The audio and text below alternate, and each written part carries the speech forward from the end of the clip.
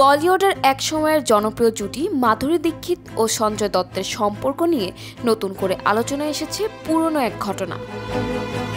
সাংবাদিক ও চলচ্চিত্র লেখক হানিফ জাভেরি দাবি করছেন, 1993 সালের মুম্বাই বিস্ফোরণ মামলায় সঞ্জয় দত্ত গ্রেফতার হওয়ার পর মাধুরী সচেতনভাবে তার থেকে দূরত্ব তৈরি করেছিলেন।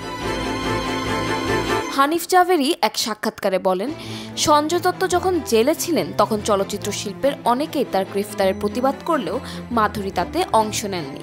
পরে যখন সঞ্জয় জামিনে মুক্তি পান তখন পরিচালক আফজাল খান একটি পার্টির আয়োজন করেন। পার্টিতে সঞ্জয় দত্ত মঞ্চে ছিলেন। মাধুরী সেখানে প্রবেশ করলেও মঞ্চের দিকে না গিয়ে এক পাশে বসেন এবং কিছুক্ষণ পর দলবল সহ অনুষ্ঠান স্থল ছেড়ে চলে যান।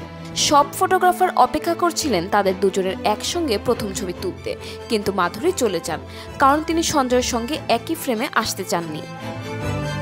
সাজন ছবির সময় থেকেই সঞ্জয় মাধুরীর ঘনিষ্ঠতা নিয়ে গুঞ্জন ছিল, তবে সঞ্জয়ের গ্রেফতারের পর মাধুরীর ভয় ছিল নিজের নাম তদন্তে জড়ানোর। জাভেরি আরও জানান, মাধুরীর মা মেয়ের বিয়ে নিয়ে চিন্তিত ছিলেন এবং পরে মাধুরী ডাক্তার শ্রীরাম নেনেকে বিয়ে করেন।